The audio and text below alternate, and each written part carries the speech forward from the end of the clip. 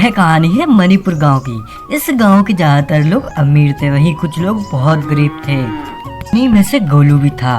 गोलू अक्सर दूसरों के खेतों पर मजदूरी करने जाया करता था। एक दिन वह अपने सेठ रामलाल ठाकुर के खेत पर मजदूरी करने जा रहा था। अरे नालायक, तू रोज की तरह आज भी लेट आया है।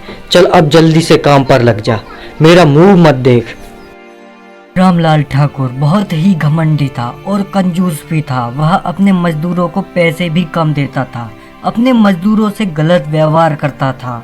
सेठ रामलाल ठाकुर का ऐसा व्यवहार देखकर सभी मजदूर बहुत परेशान थे। इधर गोलू भी काम कर रहा था। काम करते करते दोपहर हो जाती है। अब खाना खाने का समय था। सभी लोग खाना खाने लगते हैं। गोलू भी खाना खाने ही वाला होता है। इतने में एक भूखा कुत्ता उसके पास आ जाता है और गोलू सोचता है, यह कुत्ता तो भूखा लग रहा है। लगता है इसने बहुत दिनों से कुछ खाया नहीं है। चलो मैं ही दे देता हूँ इसको खाना। वैसे भी एक दिन और भूखा रह लूँगा। अरे देखो देखो, आजकल भिखारी भी दान पुण्य का काम करने लगे हैं।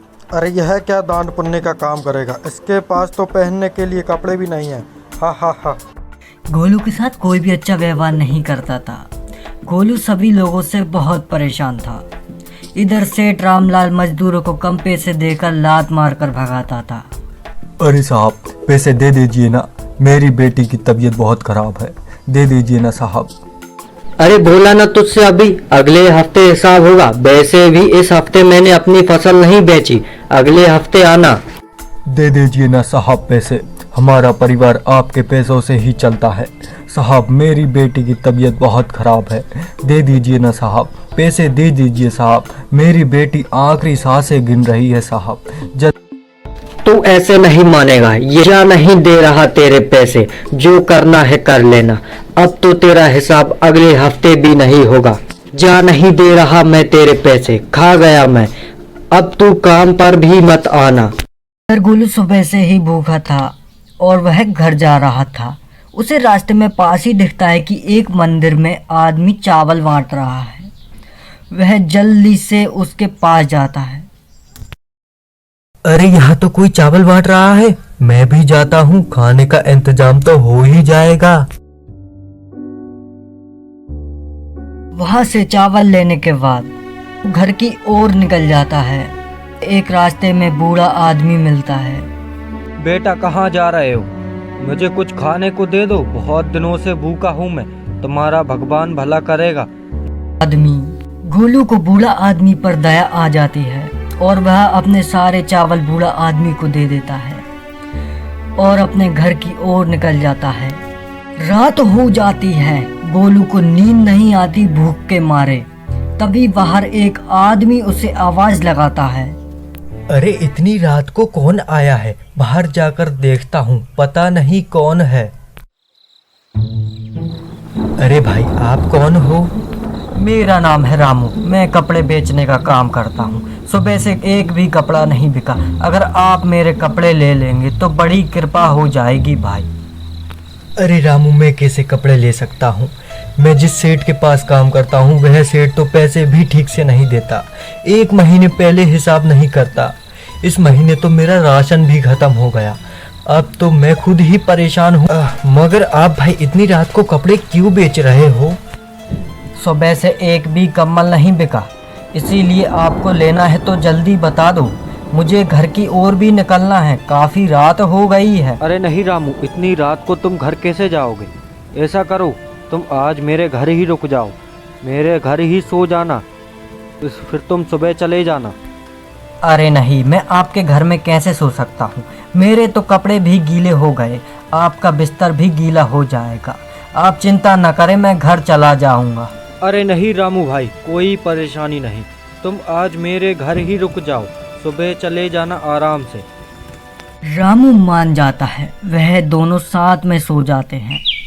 जब सुबह हो जाती है, गोलू अपने पैसे लेने के लिए सेठ रामलाल ठाकुर के पास जाता है। अरे साहब, हफ्ता पूरा हो गया, जल्दी से मेरे पैसे दे दीजिए, मुझे घर का राशन भी लाना है साहब, मेरा राशन खत्म हो गया है। इस हफ्ते पैसे नहीं हैं, अगले हफ्ते आना। वैसे भी तेरे पैसे लेट हो भी जाएं तो क्या दिक्कत है, तू भी तो लेट ही काम पर आता है।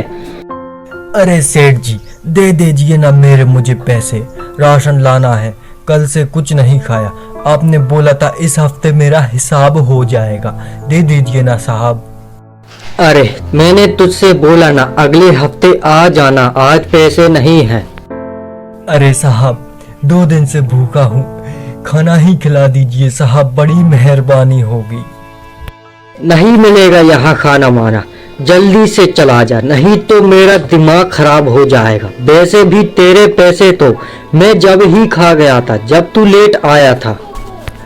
एक तो गोलू पहले से ही भूखा था, इतने में सेठ रामलाल ठाकुर उसके पैसे खा गया। बेचारा दुखी होकर अपनी किस्मत को कोसते हुए वहां से चला जाता है और एक पेड़ के नीचे जाकर बैठ जाता है। तभी एक बाबा जी आ जाते हैं और वह गोलू को परेशान देखकर वहीं रुक जाते हैं।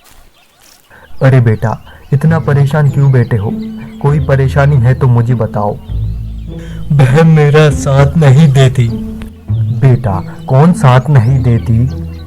मेरी किस्मत बाबा जी, वह मेरा साथ कभी नहीं देती। हाँ बेटा गोलू, मुझे सब पता है, तू बहुत परेशान है, परंतु बेटा तेरा न्याय अवश्य ही होगा, बस तुझे मेरी बात माननी होगी।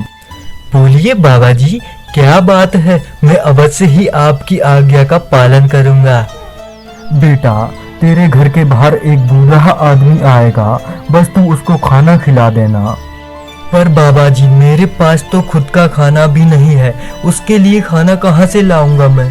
बेटा, जब तेरे घर वह आदमी आएगा तब वह आदमी अपने साथ खाने का सामान भी ले आएगा, बस तू उसको बना के खिला देना, मगर उसके आने से पहले तुझे भूखा ही रहना होगा। हाँ बाबा जी, मैं आपकी आज्ञा का पालन अवश्य ही करूंगा, चाहे मुझे 5 दिन भूखा क्यों ना रहना पड़े। गोलू अपने घर की ओर जाता है और वह देखता है कि रामू अभी तक घर पर है।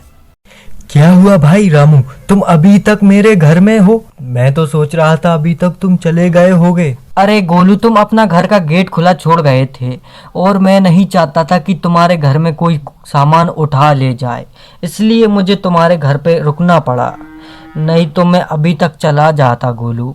अरे नहीं रामू भाई, तुमने मेरी इतनी चिंता की, आज तक इतनी चिंता मेरी घर वालों ने नहीं की। नहीं, तुम आज मेरे घर ही रहोगे, आज से तुम मेरे भाई हो। वैसे गोलू भाई, आप कहाँ गए थे और आपके माता पिता कहाँ रहते हैं? अरे क्या बताऊं, 6 साल पहले की बात है। मेरे पिता का नाम मुन्ना था। एक दिन तुझसे तो मैं बहुत परेशान हो गया हूँ, तू काम पर क्यों नहीं जाता? इतना खर्चा हो गया है, कुछ तो सोचा कर घर के बारे में। मैं कैसे जा सकता हूँ पिताजी, अभी तो मैं छोटा हूँ, कैसे काम कर सकता हूँ? अभी तो मुझे कोई पैसे भी नहीं देगा। बेशरम, घर पड़ा रहता है, फ्री का खाता है, फिर भी तू काम पर नहीं जाता। आज मैं तुझे अपने घर से निकाल कर ही दम लूंगा, चाहे तू कुछ भी कर ले, तू अब मेरे घर में नहीं रहेगा। पिताजी, मैं काम कर लूंगा, आप मुझे घर से मत निकालिए, मेरा आपकी सिवा कोई नहीं है। तू चला जा मेरी आंखों के सामने से, तूने पहले भी यही बात कही थी मुझसे, तू चला जा अब मेरी आंखों के सामने से, आज मैं तुझे भगा कर ही दम पिताजी को लूंगा। हार्ट अटैक आ जाता है। बेटा, मुझसे बहुत बड़ी भूल हो गई, मैं तो चाहता था कि तू एक अच्छा इंसान बने और दूसरों की मदद करे। बेटा, तू मुझसे वादा कर, तू हमेशा दूसरों की मदद करेगा और दूसरों का सहारा बनेगा। हाँ पिताजी, मैं आपका वादा जरूर निभाऊंगा, जिंदगी भर निभाऊंगा। रामू को गोलू की सच्चाई सुनकर रामू की आंखों में आंसू आ जाते हैं। मुझे माफ कर दो गोलू भाई, मुझे अब घर जाना ही होगा, मेरे घर वाले मेरा इंतजार कर रहे हैं और यह खाना है, तुम इसे खा लो, तुम्हें बहुत भूख लगी होगी ना? अरे नहीं, मैं अभी खाना नहीं खा सकता, मैं जब तक खाना नहीं खाऊंगा जब तक वह नहीं आ जाता। ठीक है गोलू भाई, बाद में खा लेना, पर भूखे मत रहना, मुझे जल्द से जल्द निकलना होगा। अब मैं जा रहा हूँ, किसी चीज की जरूरत हो तो मुझे जरूर बताना गोलू भाई। गोलू को रात हो गई थी, गोलू बहुत भूखा था और वह आदमी अभी तक नहीं आया था। गोलू भूख के मारे तड़प रहा था, लेकिन गोलू अपने बाबा जी की आज्ञा का पालन कर रहा था। गोलू बार बार गेट के बाहर जाता, मगर उसे दूर दूर तक कोई भी नजर नहीं आ रहा था। उसे 6 दिन हो जाते हैं, कोई भी नहीं आता। उसकी तबीयत बहुत खराब हो जाती है, वह बीमार हो जाता है। वह भूख के मारे तड़प रहा था। तभी बाहर से कोई आवाज़ लगाता है। गोलू को आवाज़ सुनाई देती है और उसकी आंखें खुल जाती हैं। उसकी आंखों में उम्मीद जग जाती है। गोलू जल्दी से बाहर जाता है। बताइए दादाजी, आपकी किस तरह से सहायता कर सकता हूँ? अरे बेटा, मैं बहुत दिनों से भूखा हूँ, मुझे कुछ तुम्हारे घर खाना बना लेने दो, मेरे पास सामान भी है। हाँ दादाजी, क्यों नहीं, आप आज मेरे घर ही खाना खाएंगे। आइए दादाजी, मैं आपका खाना बना देता हूँ। अरे बेटा, तुम तो बहुत दयालु हो, तुम्हारे जैसे लोग आजकल बहुत कम मिलते हैं।